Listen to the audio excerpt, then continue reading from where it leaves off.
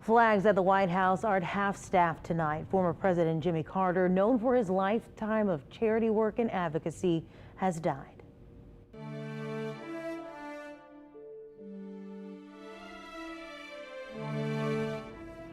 Well, good evening and thanks so much for watching. I'm Whitney Miller. President Carter was 100 years old, making him the oldest former president in U.S. history. CBS's Christian Benavides starts our coverage with a long look back at his life.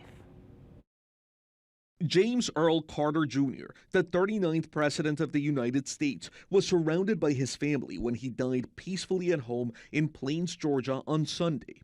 Former President Carter celebrated his 100th birthday in October, along with a backyard military flyover honoring his service in the Navy. Outside the Carter Center in Atlanta, mourners are leaving flowers, candles, and signs like this one, saying, "We love you, President Carter."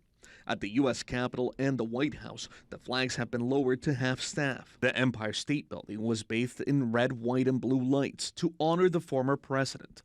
A moment of silence was held for Carter before the Washington Commanders' Atlanta Falcons game outside the nation's capital. President Biden is among countless world leaders and dignitaries to express their condolences. Today, America and the world, in my view, lost a remarkable leader. He was a statesman and humanitarian. And Jill and I lost a dear friend. I've been hanging out with Jimmy Carter for over 50 years, it dawned on me. Jimmy Carter lived a life measured not by words, but by his deeds.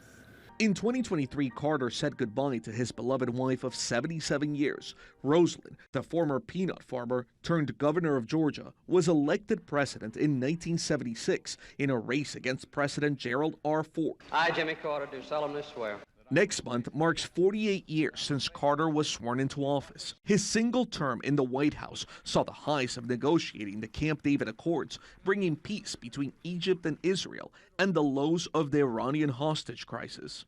In the years after leaving office amid defeat to Ronald Reagan in 1980, Carter's human rights and social welfare campaigns helped earn him the Nobel Peace Prize. For decades, Carter built houses with Habitat for Humanity. Morning, everybody.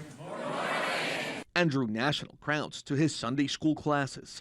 Late in life, he battled a series of medical challenges, including cancer, a broken hip, and surgery to relieve pressure from bleeding on his brain. The longest-living former president spoke to churchgoers about his own mortality. I didn't ask God to let me live, but I just asked God to give me a proper attitude toward death. And I found that I was absolutely and completely at ease with death. To the end, Jimmy Carter led a life of public service that impacted and inspired millions. Christian Benavides, CBS News.